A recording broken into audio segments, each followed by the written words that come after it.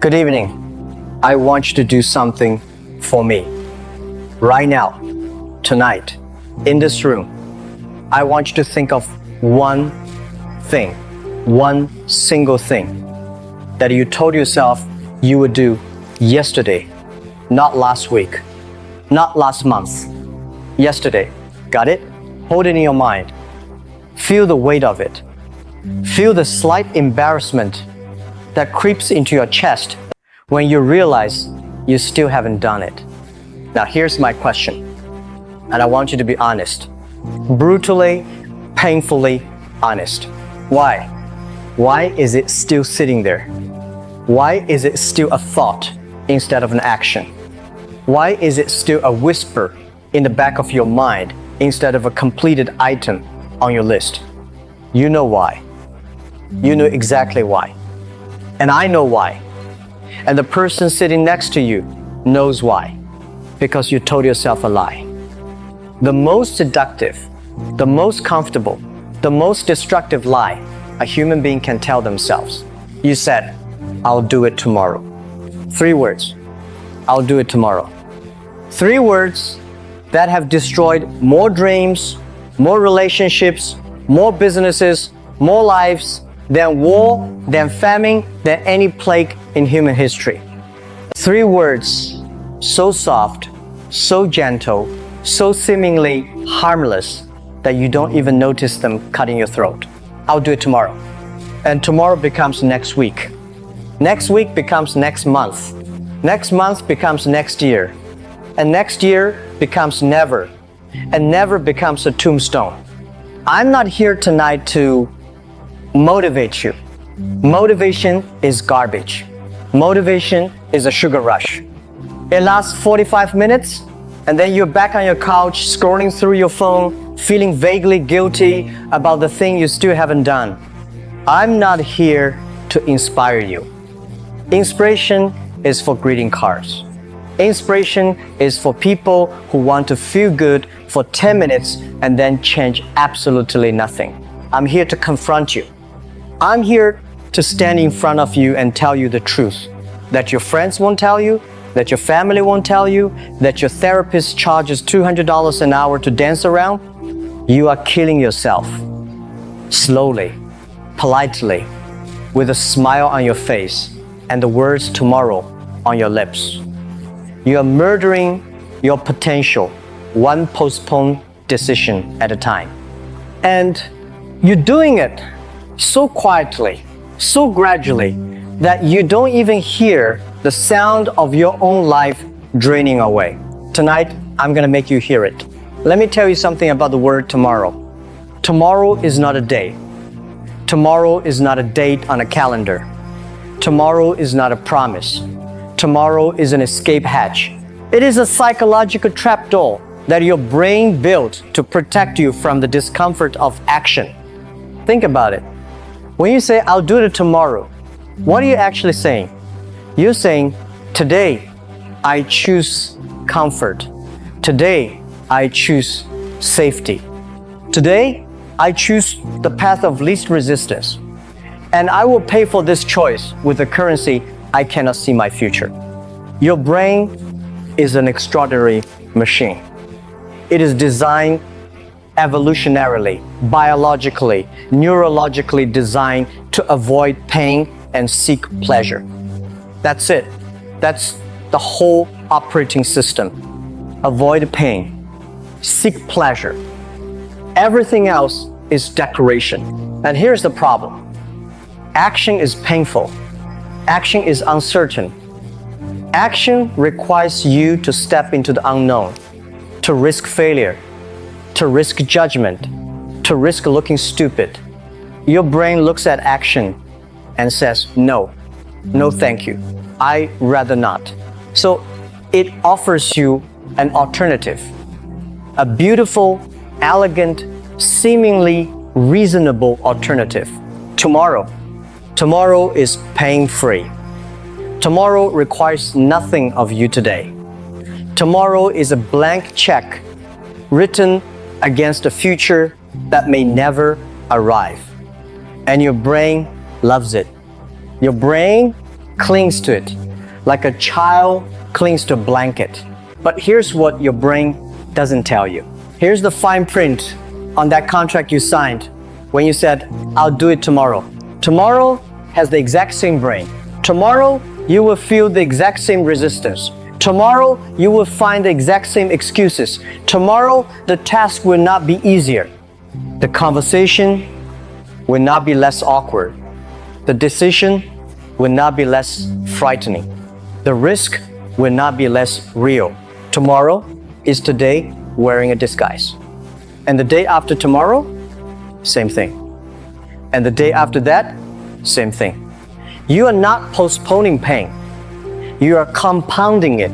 You are adding interest to a debt that grows every single day you refuse to pay it.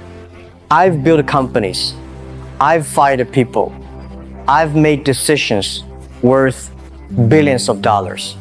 And I'll tell you something, the decisions that kept me up at night were never the ones I made. They were the ones I didn't make. The ones I delayed.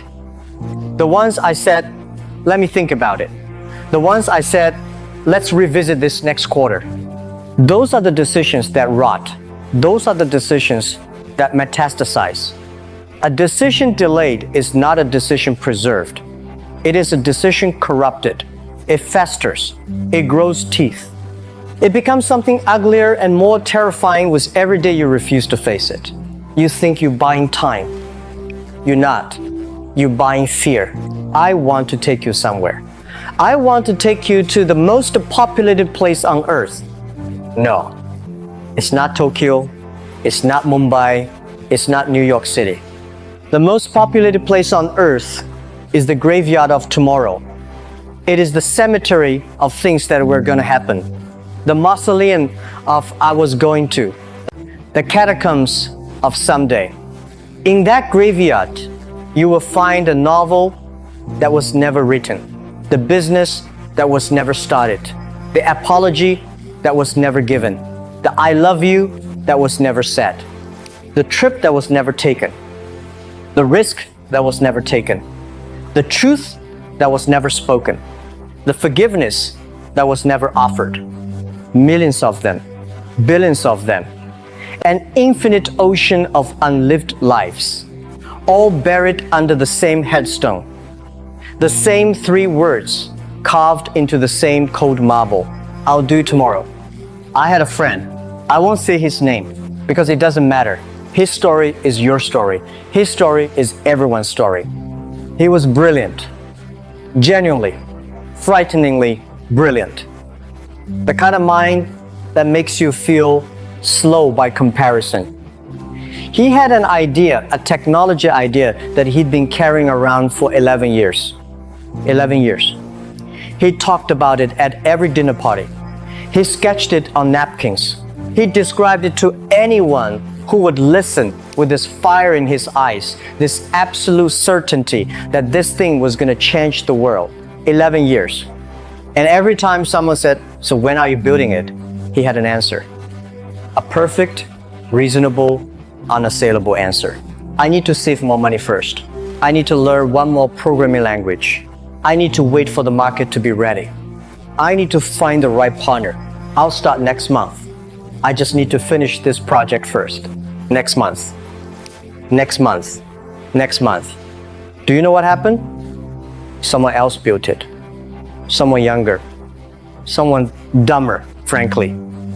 Someone with half his talent and twice his courage. Someone who said, I don't know how to do this, but I'm going to figure it out while I'm doing it. That someone else is now worth 9 figures. And my friend is still talking about it at dinner parties, still sketching it on napkins, still saying, I'll start next month. He's not stupid. He's not lazy. He's not incapable. He is paralyzed by the lie of tomorrow. And the worst part, the absolute worst part, he knows. He knows exactly what he's doing. He can see the pattern as clearly as I can see it. And yet the pattern continues. Because knowing is not doing. Understanding your prison is not the same as walking out of it. How many of you have a version of this story? How many of you are carrying something, some idea, some conversation, some decision that you've been carrying for years? That you talk about but never touch. That lives in the future tense, always in the future tense, never in the past tense where completed things live. Raise your hand. Keep them up. Look around this room. Look at all these hands. Every single one of these people is carrying a corpse, a dead dream, a murdered possibility. And they're carrying it so carefully, so gently, as if it might come back to life if they just wait long enough. It won't. Put your hands down. Let's talk about cost. Because I think most people fundamentally misunderstand what delay costs them. You think delay is free. You think that by not acting today, you've saved yourself something. You've saved yourself the discomfort of the conversation, the risk of the decision, the effort of the work. You think you've come out ahead. You haven't. You've come out catastrophically behind, and I can prove it. Let's say you need to have a conversation with someone, a hard conversation, a boundary-setting conversation, and I need to tell you how I feel conversation, and this isn't working anymore conversation. Day one, the conversation is difficult, uncomfortable, maybe 30 minutes of awkwardness, maybe an hour of tension, maybe a day of emotional recovery. That's the cost. That's the price tag. You pay it and you're done. You're free. You move forward, but you don't pay it. You say, tomorrow? Day two, the cost has doubled because now you have the original discomfort plus the guilt of not having done it yesterday, plus the resentment that's building because the situation hasn't changed, plus the anxiety of knowing it's still hanging over you. Day seven, the cost has compounded again. Now there's a week of unspoken tension, a week of passive aggression, a week of small resentments calcifying into large ones. The conversation is no longer 30 minutes. It's 3 hours. It's no longer uncomfortable. It's agonizing. Day 30, day 90, day 365. You see where this is going. The conversation that would have cost you 30 minutes of discomfort now costs you a relationship. The decision that would have cost you an afternoon of research now costs you a career. The risk that would have cost you a month of uncertainty now costs you a lifetime of regret. Delay is not free. Delay is the most expensive thing you will ever do. It is a loan with an interest rate that it compounds daily. And the payment is extracted from the one account you cannot replenish. Your time, your life, your irreplaceable, non-renewable, absolutely finite time on this earth. I want you to understand something about time. Not intellectually, not philosophically. I want you to understand it in your bones. You have a number. Everyone in this room has a number. It's the number of days you have left. You don't know what it is. I don't know what mine is, but it exists. It's counting down. Right now, while I'm talking, while you're listening, tick, tick, tick. And every day you postpone something, you're spending one of those days on a lie. You're trading one of your irreplaceable, non-renewable days for the temporary comfort of inaction. You are burning currency you can never earn back to purchase a feeling you don't even enjoy. Does that make sense? You're not even enjoying the delay. You're not relaxing. You're not at peace. You're anxious. You're guilty. You're restless. You're lying in bed at 2 in the morning staring at the ceiling, thinking about the thing you didn't do. So you're paying the highest possible price, your life, your days, for a product you don't even want. You're buying discomfort with the currency of time. That's not a trade. That's a robbery. And you're robbing yourself. Let's get specific. Let's get personal. Because abstraction is the enemy of action. And I'm not here to deal in abstractions. There is a conversation you are avoiding. You know which one. I can see it in your face. I can see the slight flinch when I say the word conversation. You know exactly who it's with. You know exactly what needs to be said. And you have been rehearsing it in your head for weeks, months, maybe years. Maybe it's with your partner. Maybe you need to say, I'm not happy. I haven't been happy for a long time. And I need us to talk about what that means. And you haven't said it because you're afraid. Afraid of the reaction. Afraid of the tears. Afraid of the argument. Afraid of the silence that might follow. Afraid that the conversation might end something you're not ready to end. So you wait, you smile, you perform happiness, you go through the motions, and every day the distance between you grows. Every day the conversation becomes harder. Every day the gap widens. And you tell yourself, tomorrow, I'll bring it up tomorrow. Maybe it's with your parent. Maybe you need to say, what you did to me when I was young was not okay, and I need you to hear me. And you haven't said it because they're getting older, because you're afraid of hurting them, because you're afraid they'll deny it, because you're afraid that saying it out loud will make it more real than it already is. So you wait, you visit on Sundays, you make small talk, you swallow the words like broken glass, and every Sunday the resentment grows. Every Sunday the performance becomes more exhausting. And you tell yourself, next visit, I'll say it, next visit. Maybe it's with yourself. Maybe the conversation you're avoiding is the one in the mirror.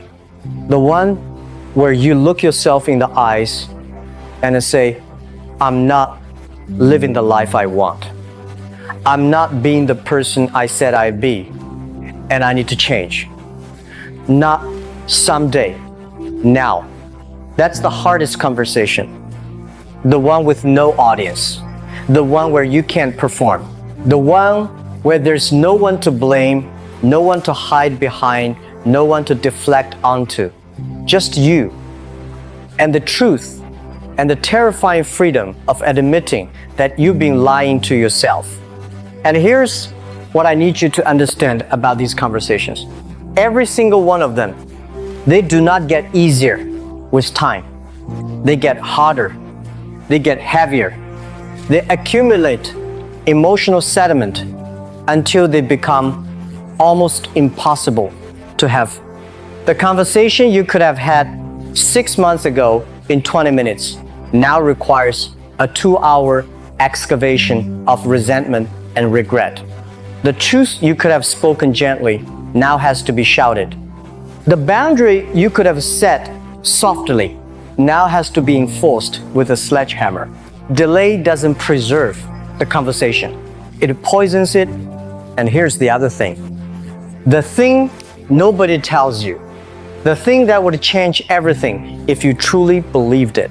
The conversation is almost never as bad as you imagine it will be. Almost never. Your brain, that magnificent paranoid catastrophizing machine, has constructed an entire disaster movie around this conversation. In the movie, they scream, they cry, they leave, they hate you, they never speak to you again.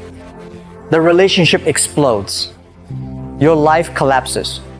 You end up alone on a park bench with nothing but regret. That movie is fiction. It is a horror film produced by your amygdala and directed by your fear. And like all horror films, it is designed to keep you frozen, to keep you in your seat, to keep you from walking out of the theater and into the real world where things are messy and imperfect and survivable. The real conversation will be awkward. It will be uncomfortable. There might be tears. There might be silence. There might be a moment where you think you've made a terrible mistake, and then it will be over. And you will feel something you haven't felt in months or years. Relief, freedom, The extraordinary, almost narcotic relief of having said the true thing, of having stopped performing, of having stepped out of the prison of pretense and into the open air of honesty. That relief is available to you right now, tonight, tomorrow morning. The first thing you do when you wake up, pick up the phone, send a text, walk into the room, open your mouth, do it. Do it now. Do not let another sunset pass over your head while you rehearse words you already know.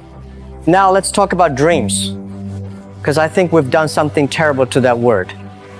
We've made it soft, we've made it decorative. We've turned it into something you put on a vision board and look at while you eat cereal. A dream is not a decoration. A dream is a demand. A dream is your soul grabbing you by the collar and saying, this is what you're here for. This is why you exist. This is the thing that makes your heart beat faster and your hands shake and your eyes go bright at 2 in the morning when you can't sleep because the idea is too big for your body to contain. And what have you done with it? You've shelved it. You've put it on a high shelf in the back of your closet, behind the winter coats and the old boxes, where you can pretend it's still there, but you never have to look at it. You've labeled it someday and filed it under when I'm ready, and when the timing is right, and when I have more money, and when the kids are older, and when I feel more confident, and when the economy improves, and when I lose 10 pounds, and when I find the right partner, and when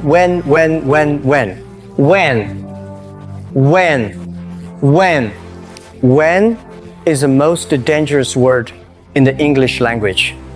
More dangerous than tomorrow. Because tomorrow, at least, implies a specific day. When implies nothing. When is infinite. When is a black hole that swallows ambition and digests it slowly over decades. I'll tell you when the timing will be right. Never. I'll tell you when you feel ready. Never. I'll tell you when you have enough money, enough confidence, enough knowledge, enough support, enough courage. Never. Because readiness is not a state you arrive at. Readiness is a state you create through action. You don't wait until you're ready to act. You act until you're ready. You build readiness with your hands, with your failures, with your stumbling, clumsy, imperfect attempts at the thing you're afraid of. Every person you admire, every entrepreneur, every artist, every leader, every creator started before they were ready. Every single one. They started scared. They started unprepared. They started with half a plan and a quarter of the resources they needed and a vague sense that they might be making a terrible mistake. And they did it anyway. Because the alternative was the shelf, the closet, the label that says someday. And they looked at that label and they said, no, not me, not my life, not my dream. Your dream is dying. I need you to hear me. It is dying. Not because it's a bad dream, not because you lack talent, not because the world doesn't need it. It is dying because you're starving it. You are withholding the one nutrient it needs to survive. A dream without action is not a dream, it's a hallucination.